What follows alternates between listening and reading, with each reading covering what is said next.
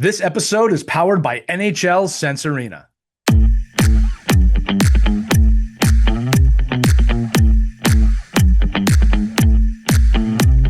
Hello, hockey friends and families around the world, and welcome back to another edition of Our Girls Play Hockey. It's Lee Elias with Mike Benelli and our great friend Hayley Scamurra here today, and we're talking about confidence today. Confidence that lasts. This is going to be a really important episode because I don't think we talk about this topic enough. You know, the questions that come to mind before we even begin is like, well, what is confidence? Can you define confidence? How do you earn or how do you get confident? How do you keep confidence? It's actually a much more in-depth topic than I think people realize. And I think that the key here is that top performers, elite athletes, Olympic athletes, which we just happen to have with us again, this is a big part of the game. This is a big part of not just success, but continued success in a world where you're always trying to make the next team or the next level. And then you get there. And then what do we hear? Well, now the real work begins, right? Like, so this is a big topic today. And I want to bring in Hayley right now. You know, Hayley, let's start with this. When you hear the word confidence, right?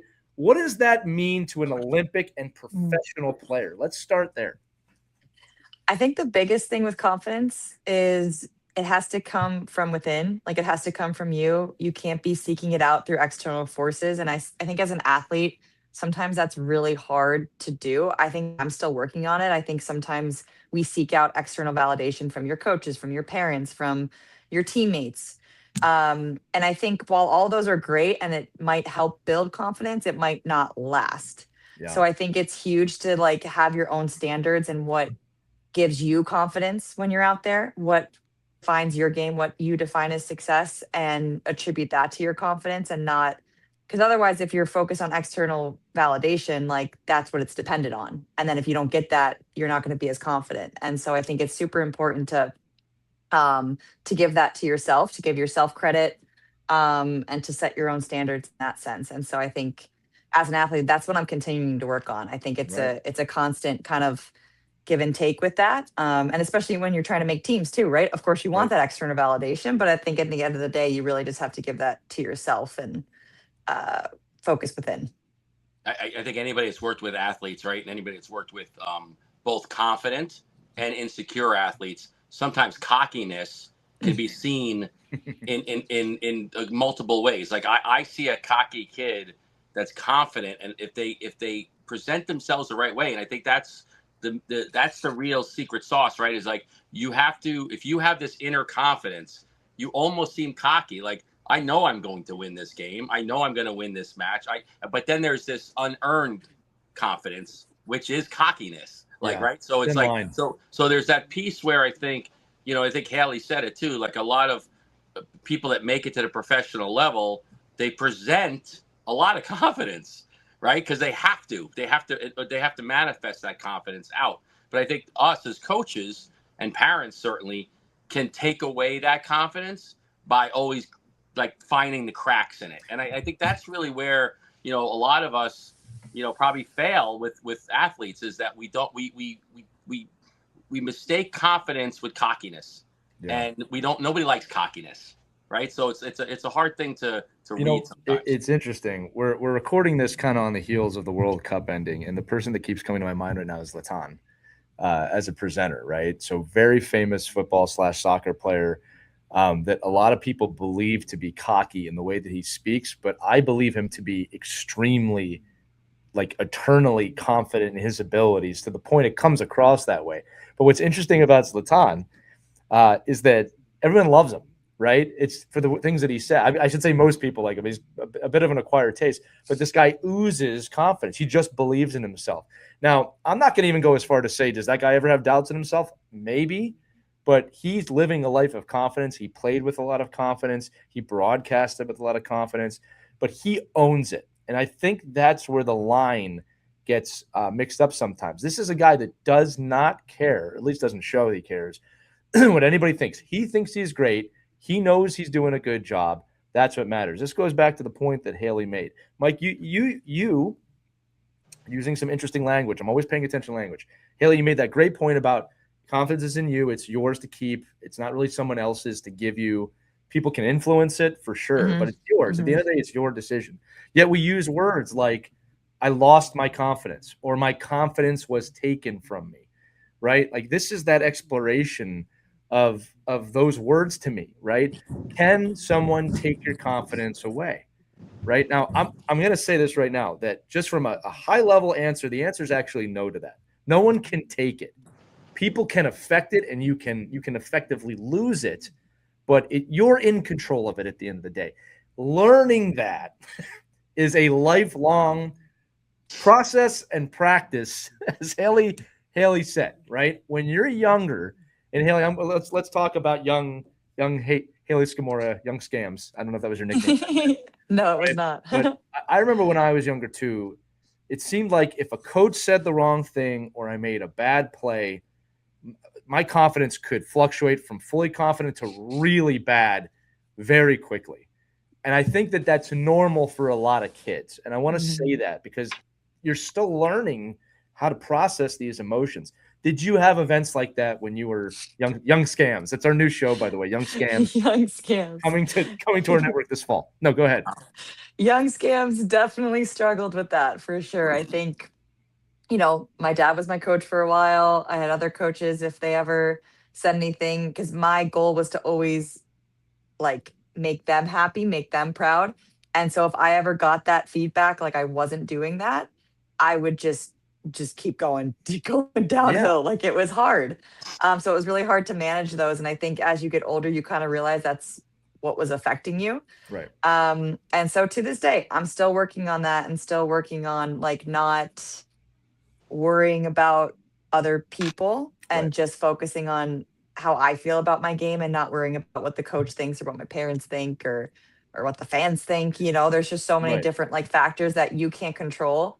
And it's just so important, because if you try to keep pleasing all these other people, you are going to be working at that always, and you're going to tire yourself out, and it'll be really difficult. So I think it's super important to, like I said before, just really focus on yourself, and not let that get to you. Haley, you know what's interesting about what you just said? Coaches feel exactly what you just described also, right? Probably in some ways, even more if you're coaching youth hockey, you can feel these parents.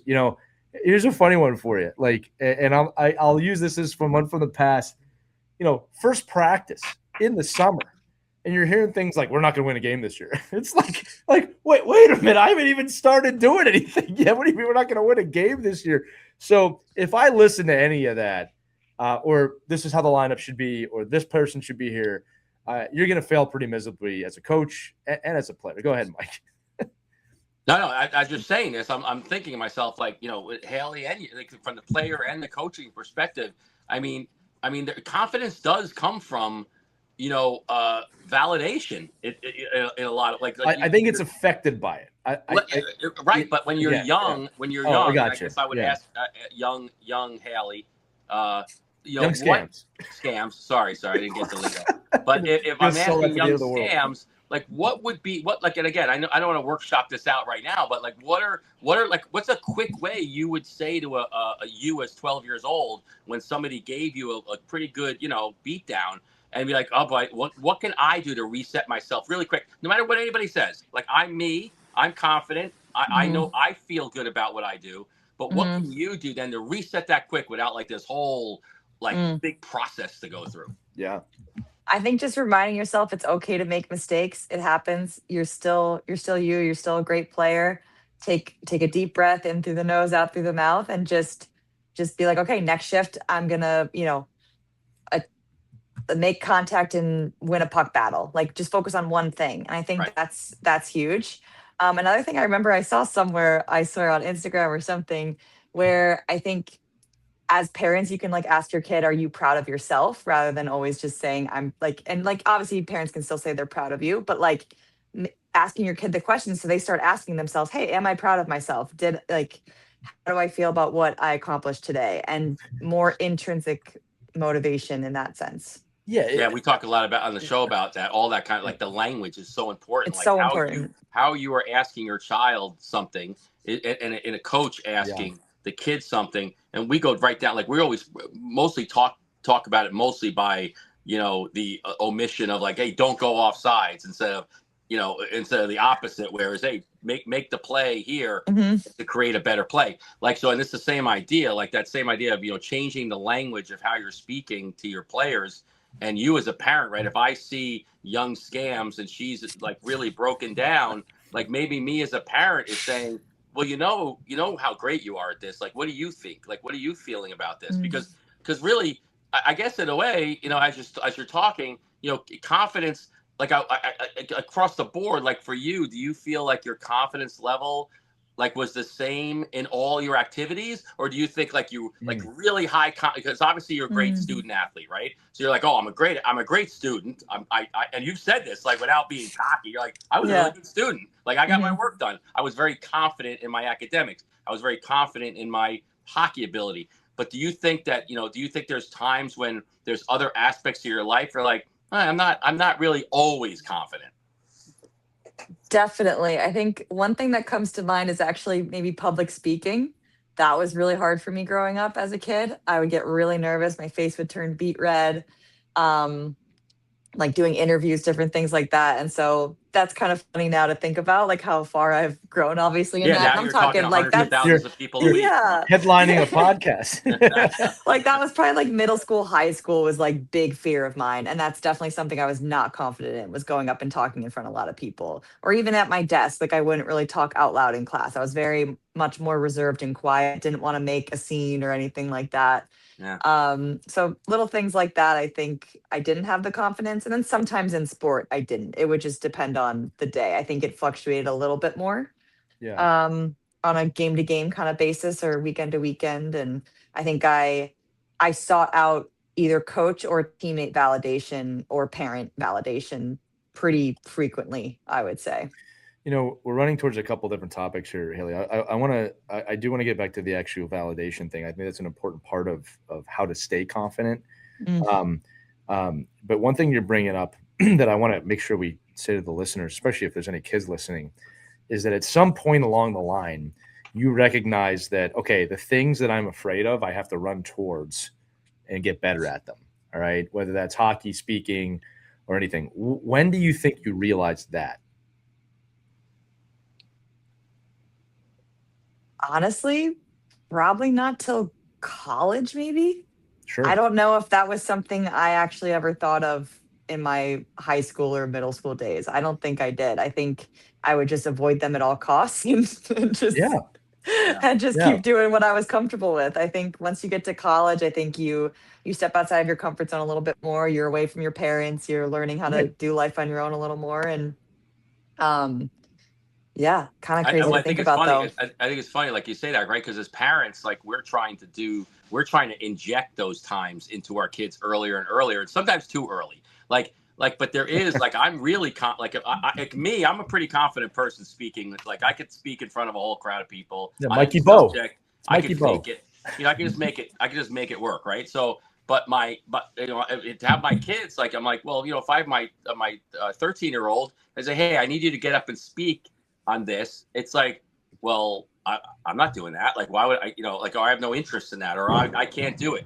You know, so I think it's one of those things where, you know, like you said, I mean, you found it as you went to college, right? And you're like, oh, okay, I got to get outside my comfort zone a little bit here. But I think as parents and coaches, maybe, you know, we try to interject those things and like manufacture those times because we know how valuable they are to have. Like we know how valuable it is to be like, okay, well, if the first time I have to get into a public speaking environment is my sophomore year in college in front of an auditorium, maybe that's not the best time to have to be thrown into that Well, situation. I'm gonna connect the dots here a little bit, right? So, Haley, this is just a very quick question to follow up on that. To your point, right? You figured this out in college, and I'm sure things start flourish for you, and you start realizing I don't have to apply this just to one thing. I will remind everybody. Is that correct? What I said, like when this connected, things started evolving faster, right? Yes. Right. Yeah. I want to remind this audience that, and I love this story, that we talked to you about this show, coming on this show, and the conversation, if you don't mind me saying again, was, hey, we're going to do this. And your quote was, you know what? It scares me. Let's do it. That's what you said. Yeah. And it's like, that wasn't a shock to me knowing you as an athlete of you run towards these opportunities. I got to ask this, right? What would Olympic gold medalist scams, Walter Cup winning scams, say now to 12-year-old scams that's terrified of this? Oh my Like, gosh. what would you, I'm not saying what would the message be to your younger self, or how about this? What would 12-year-old scams think of you now? That's Oh a my really good gosh. question. That like, is a big, yeah. Yeah, that's a whole I episode. I think young scams would be shocked at how much I put myself out there, Yeah. how much I've accomplished. Like, I don't think she'd even believe it. I think she'd Yeah. be like, you do what now? You're on a podcast? You're Yeah, chatting with people? Like, what? You've gone on the Jumbotron after a game and talked to 17,000 people? There's no hockey in Vegas. What are you doing? Yeah. What do you it's funny because actually I could see the younger you being like, you won that gold medal, huh? But you do a podcast, huh? Yeah, That's kind yeah. of crazy. Now listen, going back, I want to talk about a word you said before that I think is actually the key phrase here for the entire episode, which is external validation. Okay. Mhm. I'm going to say my belief here. If you guys disagree, you say it. Confidence, pure confidence, can only come from within, from you. No one can give you confidence. People can make you feel more confident. They can fuel your confidence, but the confidence comes from within. Now, Mike, to your point, as parents, as mentors, as coaches, we do have a responsibility to help fuel the tank and help kids understand what it means to feel confident and be confident. The college analogy is really funny, Hayley, because I remember when I went to college, my parents were terrified because I was a B student, now BC student in high school, a lot of responsibility in college. They just were worried, how was I going to do this? And I was a great student athlete, right? I did really good grades and I really did good in college. Mhm. And I remember they asked me, this is where I'm going with this. They said, well, what happened? Like, what happened that you made this Yeah. massive change and all of a sudden you're like this productive member of all these things? And I said, well, guys, I was always listening when you talked to me. I always heard everything you said. I just didn't do any of it in high school because like a lot of it was A, being done for me. B, I was a high school kid. I was rebelling. Not that I had a bad relationship with my parents, but like every other teenager, it's like, stop, mom, stop, dad. Like, right. When I get to college, you're not there. I had to do it. So the point I made to them was I was always listening and I just applied it for the first time. Right. And now I'm at a point in my life where I'm so thankful for that. Right. I've been able to share that with my parents, but the confidence part came from me knowing I could do these things. Mhm. We have to be careful with external validation. I think a lot of people think confidence is built through praise. Mhm. Right. And it's like, you got to be careful with that because I could praise you forever. If you don't feel it inside, it's not confidence. Right. Now, last thing I'll say, I'll throw it back to you guys. This is the crazy part of it. Your mind can lie to you and tell you negative messages and start to steal your confidence. This is where it gets a stretch. Those thoughts are not really you either. Like, you're not your thoughts. Mhm. If you can connect to that as a human being, I'm talking to everybody listening right now. All right. It takes you to another level. Like, your mind, it's a defense mechanism. It will lie to you. You're not good enough. We've all heard that at one point. You don't belong here. I still hear that from time to time. All right. I've just gotten really good at being like, yeah, no, not going to listen to that voice today. All right. Hayley and Mike, right? We all have that internal dialogue. We all seek external validation in some form. It's the awareness of it. I think that's the key to this, right? The awareness of, oh, I'm seeking approval, or I'm listening to a negative voice in my head. If you become aware of that, it is a Pandora's box for you, right? Hayley, I'll go to you, right? Like you seem pretty aware of these emotions and these feelings, right? Was college when you started to become aware of that? Was it later? And then how have you worked today as a professional to control that? Because like you said, it doesn't just go away. And you're in an environment where there's 10 to 20,000 people screaming at you every night. Right? That can't be easy. No, I don't know if I realized that lesson until I was a post grad. Like, Yeah. I think in college I was able to compartmentalize things, and that is when I started focusing on just where I was and just being in the present. Right. And not being like, wait, why haven't I achieved this step yet? And like thinking too far ahead. Where after college, when I played pro, like in the NWHL and stuff, I just focused on having fun. I think that was great for me. And then once I started doing USA hockey stuff, and then honestly, probably training with Nick out at the Beast Bus is when I really like dialed in on focusing on my mindset, Yeah, it's part of it. focusing on giving myself that validation and also realizing how much I was basing things off of validation. And that's when I started to become aware of like what negative self-talk can do and how to change it to Right. positive self-talk, and also acknowledging when you do have negative thoughts, like that's okay. You can acknowledge it and then just continue Yeah. on. It's better And than just ignoring it. and call it out. I always like to throw Yes. it in there. Like say I'm hmm upset, right? I hmm don't feel like I'm angry. It's so important hmm you say what you're feeling because then you get control over it. Go ahead, Haley. I just wanted to. Absolutely. No, I love that. And I think, I mean, for me, it's been a huge step just to realize how much I was relying on external validation. I think needing the approval of my parents growing up, I think needing the approval of coaches growing up. Once I Yeah. identified it, it was so helpful for me to be able to like release that more. And again, like I said, I think I still have a hard time with it. I'm definitely still a people pleaser. And so working on that continuously. Yeah. But I think, like you kind of said, identifying it is like a huge step. Being aware of it is a huge step. And then taking those steps to give yourself the confidence and ask yourself how you're feeling about things and trusting what you think and not Right. feeling like you need to ask other people, hey, is this the right thing to think? Like I've been guilty of that too, like needing other people to agree with what I'm thinking. Yeah. And I think we all can start asking ourselves and trusting our own intuition and our own confidence. You're bringing up a great point about like what'd you think of that? hmm Number one question I hear a lot after podcasts or after speaking is, "Hey, how do you think that went? How do you think that went?" hmm Now, here's the thing: I'm not saying that getting feedback's a bad thing. When I do a public speaking environment, or I write a book. I want feedback. I want to know what I can do better. But I think the key to that is I have to dive down and do that assessment on myself first. I hmm want to decide how I did. If I do a speaking gig, before I ask anybody else how was that, I'm going to think, do I feel like I did a good job? All right, because that's actually going to create better questions, right? Instead of saying how was that, I might say something like, "Hey, I really enjoyed this part. I thought this part was a little soft. How did you feel about that part?" Now I'm trying to get better, right? Not I need your validation of was that a good talk? Was that a good show? Right? And I can tell you this too, like we're about to hit 600 episodes of this. Somewhere along the line, especially Mike and I figured out probably know what we're doing at this point, right? Always trying to get better though, right? Like always I've had some good stinkers.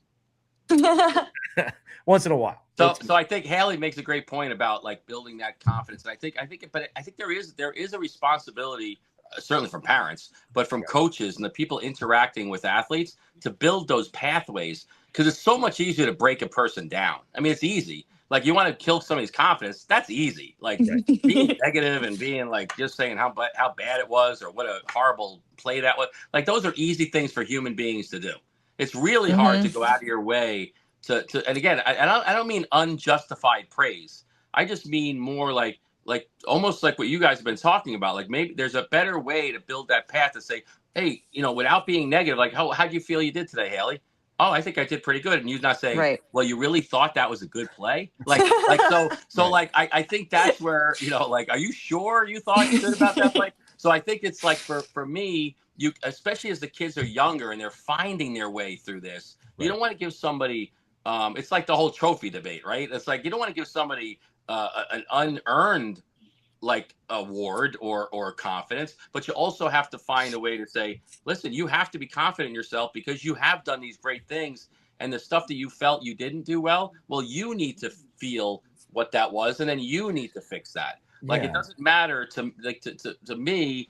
And me as a parent, I'm always like, well, don't you feel good about that? And they're like, yeah, I feel great about it. I'm like, and it's me saying, well, I don't feel good about it, but it's not my issue. Like it's not my problem. Well, Like Mike, as if I long as may, you're bringing up a good they're the point ones too. that felt like they reached that level of what they wanted and that they were confident. So it's not my job to remind them how bad it was. Yeah, again, we're talking about how confidence comes from within and then the external forces that can affect your confidence.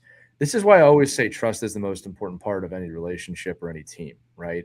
Because I find from a coaching standpoint, even from a teammate standpoint, um, I want to build the trust so I can be honest with you, because I think I'm only going to help you become more confident by being honest with you. I don't want to tell you it's a great play if it's not a great play, right? I see so much of that. That's great play. Like your kid just turned it over in the slot. Like that's a horrible play. Like I don't want to tell them that. Now there is a way to explain that to someone. And sometimes that way is all, it doesn't have to be mean, but like, hey, listen, that was not a great play. What are a few other options we could have done there? Right. And the kid's going to feel that. Like, let's be honest, like this is part of coaching. Kid's going to feel a little bad they made a bad play.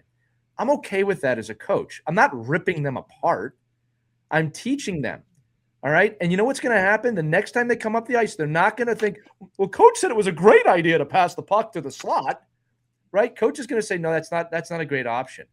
And then you praise that play. Hey, you had your head up there. You made a good decision.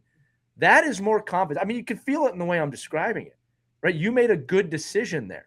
All right. So much confidence is built. How about this for a statement?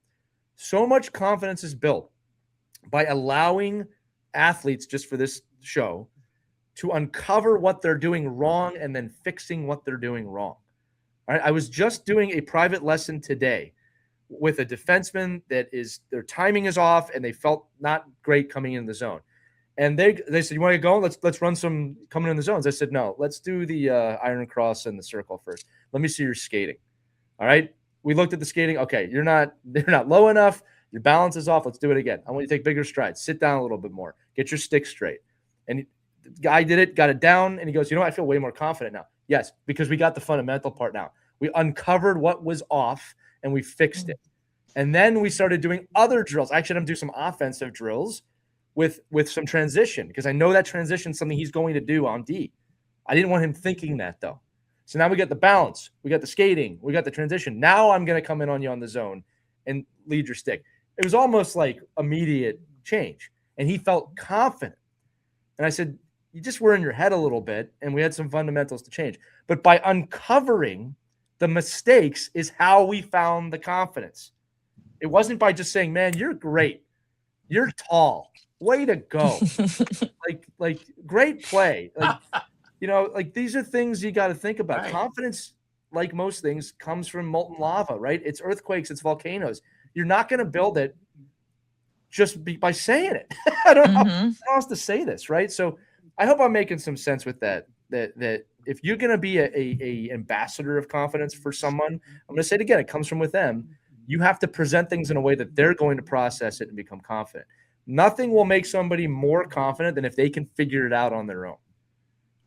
I really believe that. I guess that was my point. When the kids are younger, you can hide those little nuggets in there and create confidence. Inception. In them. Like you can make it like they think, oh, I'm reaching. Oh, I made it. Yeah, you didn't really make it, but I helped you. Like I got it so you could make it. Like little things like that where you build that, because once you get the confidence, like I can do anything. Like I can literally do anything, right? So when you say, like Hayley's saying it now, like, okay, I'll give it a shot. What the hell is something new? I'll do it. Like I'm not afraid of failing. Just throwing that out there. Yeah. I'm just going to try something. I'm going to try it because it doesn't affect my, who I am. It just like affects me saying, oh, okay, that wasn't a great choice. I probably don't need to do that. I want to bring the episode here too. So I was talking about a high level player with this training a minute ago. Let's bring it down to youth hockey. I was training with a U10 team recently. Had a young player that was coming up to me with about 15 minutes left in practice. We've all experienced this. Mike, Hayley, you probably have too, of, hey, I'm tired. Can I take a break? Hey, I'm not feeling this. Can I stop? All right. And I'm looking, and it's not just so everyone knows, she's not sick. Like, she's fine, right? She's tired. And I just kind of said very straightforward, no, we're going to finish practice. Right. I said, we got 10 minutes left. You can do it. And I kind of went back to the practice. She came up to me again with 5 minutes left. Coach, I'm just feeling a little tired. I got to disclaim this. Like, she's not in any danger here. I want to make sure everybody understands. Not hyperventilating. Yeah, she's not bleeding. I just want to make sure everybody understands. This is clearly a situation of she's just not sure she can do it. All right. She's not feeling confident. That's what I'm trying to say. Yeah. Right? And it said, no, I didn't yell at her. Anything. It's, no, we're going to finish practice. You can do it. You can push through this. Right. Mm-hmm. She did. She finished practice. We got done. Everybody got dressed. And this is the key moment. Went up to her purposely, found her. And I kneeled and I said, I am really proud of you for pushing through. You were tired and you did it tired and you got it done. And I'm proud of you for that. And I saw her face like light up. That was what She needed to be told in the Mhm. moment of, no, we can do it. I didn't say, suck it up. I didn't say, you're not really tired. I didn't say, and I've heard this, you don't even know what tired is. I work all day. You think you're tired. Oh, I got a mortgage. Kids don't care about that, guys. I don't know how else to say that. Like, the kids really don't care. All right. I said, no, we're just going to do it. I didn't make a big deal out of it. Mhm. And then she felt like, you know, I can do this. Yeah, you can. Mhm. All right. Mhm. Well, it's That's also when you're working with young players too, right? Right. Haley, it's like when you're working with young players and you're doing that now, like in all these camps you're doing and the clinics and all that outlet, like you know what the end result has to look like, right? So you could break a skill down so they could find something that they could be good at and then build the confidence, like a wrist shot. A wrist shot's not easy, but if you could find a way to have a player hit a target and then distribute weight and then change the angle, like all of a sudden they can start building, and that is building. Like they are the ones getting the confidence, but you're the one that has to show them that path. Like, you know, you can't just say, oh, hit the top right hand corner. Well, because then the player will never do it. So they're just getting beaten down, right? So I think it's such a skill to be able to go in and say, well, I know what I can do for you to make it feel like you're doing great, because I can make this skill very, very simple. Mhm. I mean, on that point, Mike, right? Like, let's talk about wrist shots since this is a hockey show, right?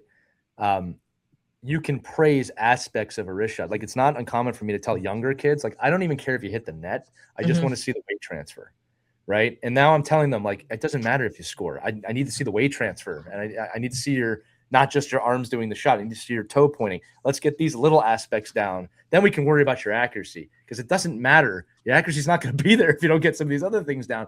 And then praise that, hey, that was great weight transfer. You did a great job on that, right? And then they start to feel it, right? That helps to build confidence, right? Haley, I do want to ask this too, just before we run out of time. We got like 10 minutes left, right? Show is titled "Our Girls Play Hockey," right? What do you feel like the differences are from boys to girls when it comes to building confidence? We can also talk about some of the similarities too, right? But I think we'd be remiss if we didn't talk about this. Like the female experience with confidence, at least in my experience, it's slightly different than the male experience, where men have NHL role models their whole lives, existence for everything. We have that now, obviously, in women's hockey too. All right, but not every ceiling has been broken here, right? Different from the female perspective. Am I correct with that assumption? I think so. You know, I think as women, we're expected to be perfect. We're expected to do things by the book. We're expected to outperform men in a way, Right. and do everything right. And I think, you know, I think that leads to a lot of like the whole people pleasing aspect, making our coaches proud of us, making sure we're following the letter to the T. And that's where a lot of times with like younger girls, you have to be like, hey, you're allowed to be creative in this one. You don't have to do it exactly as I said it. Like, I really do think that is something in women that we're kind of conditioned by in just different ways in society, that we're expected to be able to do things perfectly. And sports is not perfect. And that's what's so beautiful about it.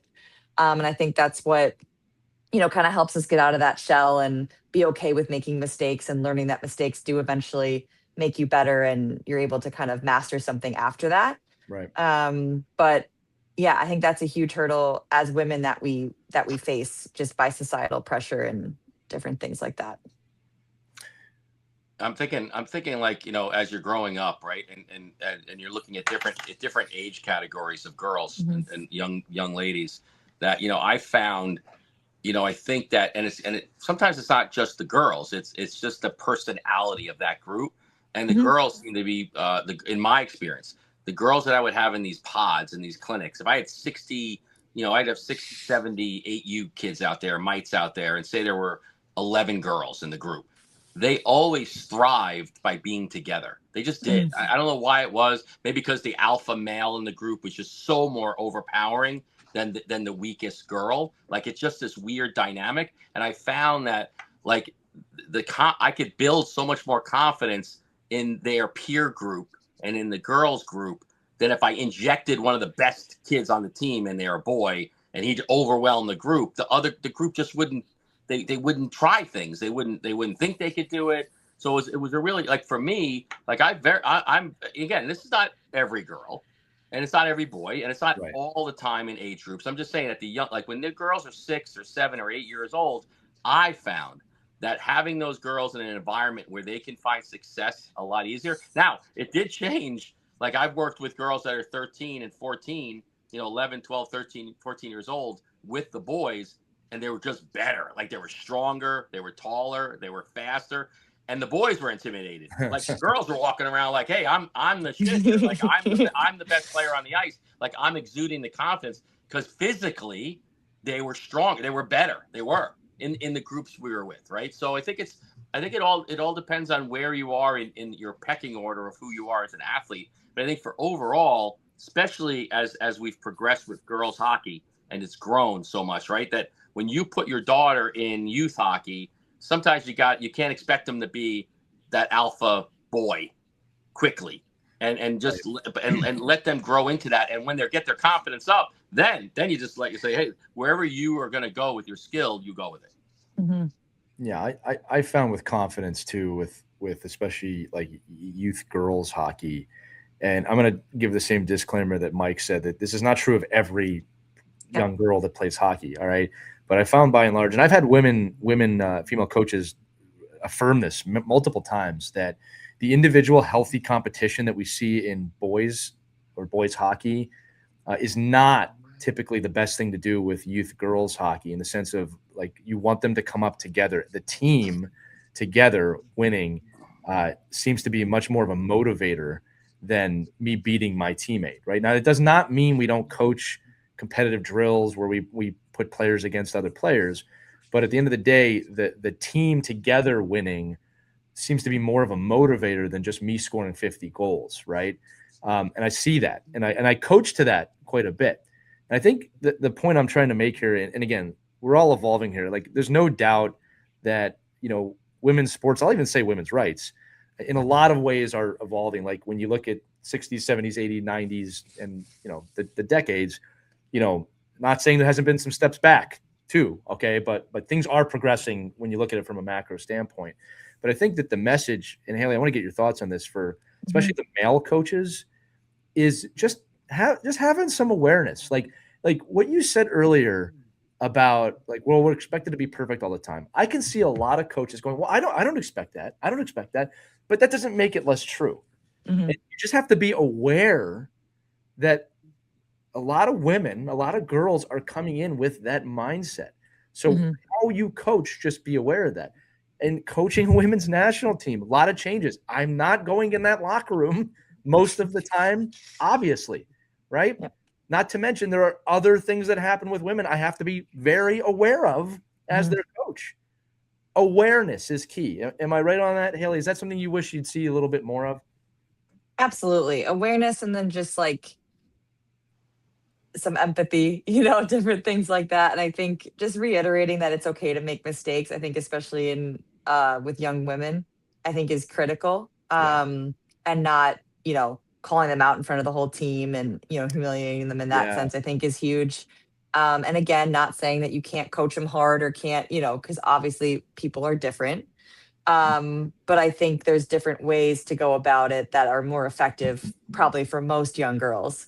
And I would imagine that's more one-on-one, talking through it, acknowledging that there was a mistake, but that we're able to get better from mistakes, and it's normal, and everyone does make mistakes. Well, and honestly, if your job is, you're in the business of growing the sport and getting more girls to play, there's just more boys out there right now that you can, issue carnage on. Like, it doesn't matter if you lose 2 or 3 boys in your group, because there's plenty. Like, there's a lot more, right? But on the girls' side, there just aren't as many girls. So your idea of, want to keep those young girls in the game longer and let them gain that confidence to a point where then they can start making decisions when they want to stay in the game or not, is so important. If you're on the side of growing the game, if you're on the side of saying, I don't want to cut just because this girl is, she's not, up to snuff right now at 7, I'm going to cut her from hockey. Maybe we got to rethink that and be like, maybe you got to treat this population a little different and keep more girls in the game, so that when it does become time that you have to maybe get a little harder and get a little, a little more aggressive in your tone, like any athlete, there's just more of them out there. Yeah. All right. Final question for us to talk about, because we have to. It's 2026 when we're recording this. Social media is still social media. So this is a question for the group. It's commonplace for kids to measure their confidence against, someone else's highlights, right? And I think that where I want to start with this is that I'm not saying don't watch highlights. Like, I'm not going to tell you not to watch great, amazing hockey plays, but you don't have to compare yourself to the person in the play. You should have a growth mindset of what can I learn from this? When I was a kid, I wanted to play against people better than me because I wanted to learn. I wanted them to show me what I couldn't do. And then I had a mentality of, well, I want to try and learn that now, right? Where I think somewhere along the line that flipped to I have to be that good now. And that is just not the case, right? Like, you have to evolve as you evolve. And that sometimes people compare themselves. I'll give a great example. Young goaltenders, right? If you're 5'2" and you're watching Vasilevsky thinking, I want to play like him, I mean, you are setting yourself up for failure. You are, he plays to his size, just like Frankel plays to her size, right? Like they're both pretty good goalies last time I checked, right? So you got to be realistic. I mean, Hayley, it's funny because you're the one on the highlight now, right? You're the one on the highlight making the plays, right? How would this affect you? What's your message to the young kids out there listening about that? Maybe they're watching you, right? Thinking, well, I want to be like Scamurra. Yeah. I think I would remind them that before those highlights, there was a lot of mistakes, a lot of fumbles. I was reminded of that today. I had a skate today this morning. A few of pro guys were out there, and I was so nervous. I whiffed 3 pucks in my first rep of a drill. I whiffed the puck on the pass, then I got it. I whiffed it on one of the dekers, and then I whiffed it on my shot. I was like, this is a solid start. So just know that it's okay. It happens to everyone. Yeah. Before those highlights, there was mistakes that led to those, and that's what makes you get better. I love that you go from scoring 2 goals in the first game of the Olympics to whiffing on 3 things in a practice. Like, if that's not a great example of like how this works. Yes. Right. Like it's just everyone's susceptible to it. Mike, any final thoughts on confidence before I close this out? No, I think the message you had at the beginning, don't let somebody take your confidence. You can keep it. You can, build your own confidence. You got to find your little tools that you need to remind yourself when you feel like somebody got in there, you got to kick them out and find a way to, remember, what you've done and what you've accomplished and what you're doing, what your goals are. Hayley, any final thoughts?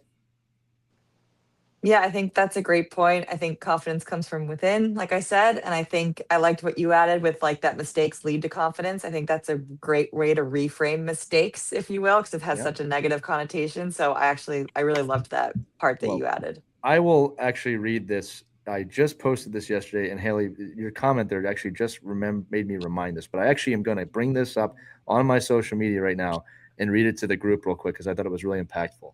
This is talk about confidence, success rate. Frank Sinatra, pretty famous singer, did 1,200 songs, only had 209 hits. 17% of his songs were hits. Babe Ruth, 714 home runs. People know that. He did that in 8,399 attempts. That's an 8.5 success rate with home runs. Pablo Picasso, pretty famous painter, 1,170 paintings, famous. Amazing. That was out of 150,000. That's a 0.7% success rate. And it says here, the math of success is brutal. Only the ones that are willing to take a beating and keep swinging will make it. That's where confidence comes from. All right? And in a game where everything is based on capitalizing on the failure of your opponents, parents, coaches, adults, all of us, we play that role in building confidence. All right? And I'll leave you with this last little tidbit. If you're looking for a way to build confidence, and I'm not just talking to kids right now, take the Scamurra approach. We've heard this about, if you listen to this podcast, I am a gold medalist. I am a Walter Cup champion. I am confident. You may not believe it when you say it, but say it. Say it every day. You'll be surprised what starts to happen. For Hayley Scamurra and Mike Benelli, I'm Lee Elias. It's been another great episode of Our Girls Play Hockey. Keep tuning in. We're with you the entire year. It just keeps going, my friends. If you have a comment or something you want to talk about, email us, team@ourkidsplayhockey, or use the link accompanying this episode in the description. We will get back to you. For Hayley Scamurra, for Mike Benelli, I'm Lee Elias. We'll see you in the next episode, everybody. Take care. We hope you enjoyed this edition of Our Kids Play Hockey. Make sure to like and subscribe right now if you found value wherever you're listening, whether it's a podcast network, a social media network, or our website, ourkidsplayhockey.com. Also, make sure to check out our children's book, When Hockey Stops, at whenhockeystops.com. It's a book that helps children deal with adversity in the game and in life. We're very proud of it. But thanks so much for listening to this edition of Our Kids Play Hockey, and we'll see you on the next episode.